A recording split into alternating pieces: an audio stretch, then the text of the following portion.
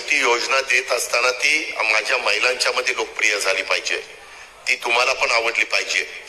माझ्या एक गोष्ट लक्षात आली की हे सगळं होत असताना अनेकदा माझ्या महिला ह्या लाडक्या महिलांच्यासाठी काही खास आपण बजेटमध्ये गिफ्ट दिलं पाहिजे आणि माझ्या बहिणींना मायमाऊलींना हक्काचं मानधन मला कसं देता येईल याकरता आपण ही योजना सुरू केलेली आणि महिलांना कशी ती उपयोगी ठरेल याकरता आमचा सगळ्यांचा खटाटोप आहे। आज वाढदिवसाच्या दिवशी पण मी जाणीवपूर्वक माझा नगर जिल्हा आजोळ आहे, रावलीला देवळाली प्रवऱ्याला मी जन्माला आलोय आणि त्याच्यावर सुरुवात मी माझ्या आजोळच्या जिल्ह्यापासून केलेली आहे। पारनेर, नगर, श्रीगोंदा आणि नंतर कर्जत असं मी महाराष्ट्रातल्या अनेक भागामध्ये जाणार आहे। त्याच्यामध्ये माझ्या मायमाऊलींना खूप अडचणी येतात।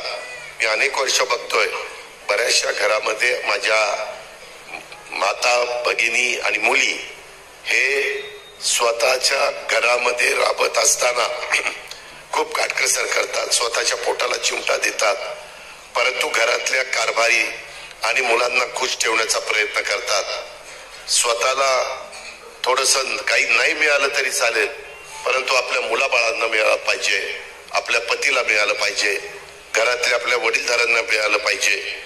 त्याच्यामुळे मी गरीब महिलांची ही दुःख गेले अनेक वर्ष समजत आलेलो आहे, पाहत आलेलो आहे आणि त्याच्यामुळं स्वतः अनेकदा उपाशी राहून स्वतःच्या गरजांच्याकडे माझ्या महिला मायमाऊली दुर्लक्ष करतात आणि महिला कशा कुटुंबासाठी राबतात हे मी सतत पाहत आलेलो आहे आणि त्याच्यामुळं माझ्या मनात होतं, आमच्या महायुतीच्या मनात होतं, आमच्या सर्वांच्या मनामध्ये होतं की आपण महिलांना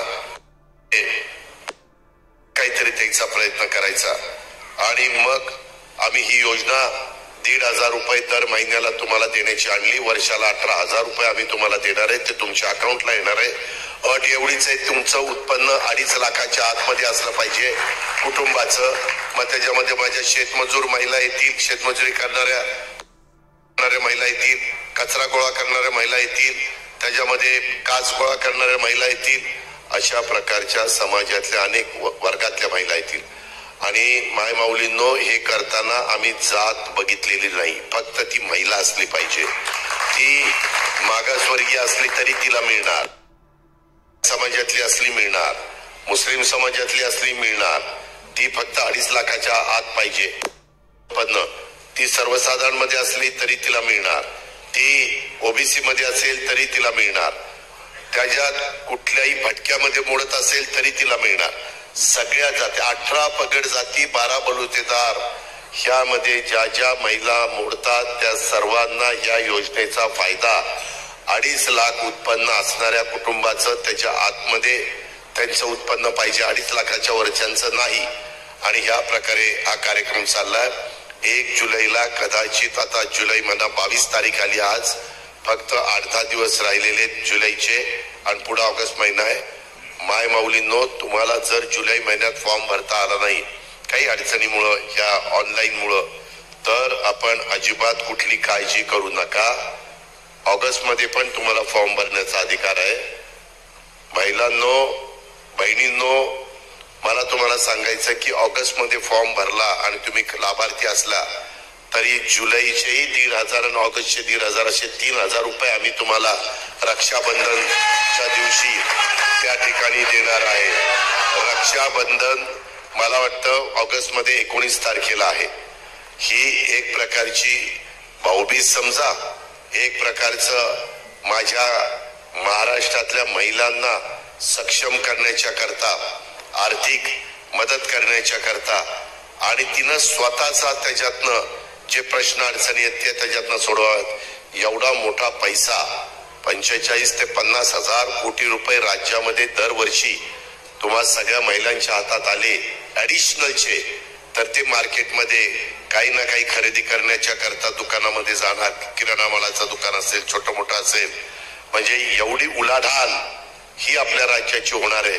फार विचारपूर्वक ही योजना आणली तरी विरोधक म्हणतात काही नाही, चुनावी जुमला आहे, अमक आहे तमक आहे, म्हणजे विरोधच करतायत।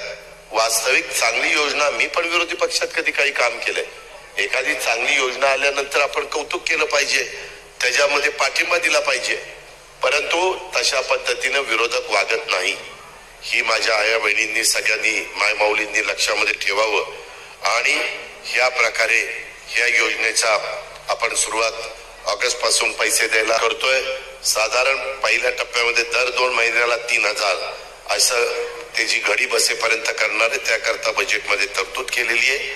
आपण सगळ्यांनी त्याचा अतिशय चांगल्या प्रकारे तुमच्या प्रपंचाच्या करता, तुमच्या संसाराच्या करता, तुमच्या स्वतःच्या जीवाकरता त्या रकमेचा उपयोग त्या ठिकाणी करून घ्यावा, अशा प्रकारची माझी तुम्हाला सगळ्यांना विनंती आहे. आज मी ही योजना आणत असताना मला अधिकाऱ्यांना पण सांगायचंय, मग ते आमचे प्रशासनामध्ये काम करणारे अधिकारी असतील, आमच्या अंगणवाडीमध्ये काम करणाऱ्या महिला असतील, आशा वर्कर असतील, की ह्या योजना आपल्या भगिनीला देत असताना, फॉर्म भरत असताना कुणालाही पैसे मागायचे नाहीत. महिलांनो, हा सगळा तुम्हाला मोफत फॉर्म दिले जाणार आहे.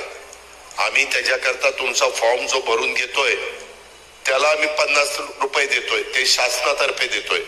म्हणजे जर एखादी अंगणवाडी मध्ये काम करणाऱ्या महिलेने तुमचा फॉर्म भरून घेतला, सगळ्या काही गोष्टी व्यवस्थितपणे करून घेतल्या, तर त्याची नोंद होईल आणि तिला त्याच्याबद्दलचे 50 रुपये मिळतील. त्याच्यावर तिला पण तसं आम्ही काही वाऱ्यावर सोडलेलं नाही. ती पण काम करते, ती पण आमची भगिनी आहे, ती आमची मायमाऊली आहे. अशा प्रकारे ह्या योजनेमध्ये आपण पुढे जातोय. त्याच्यामुळे कुणी चुका करू नका.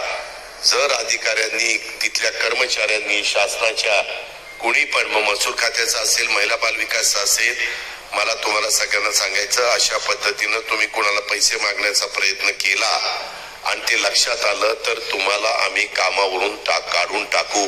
आम्ही काहींना कामावरून काढून टाकलेलं आहे.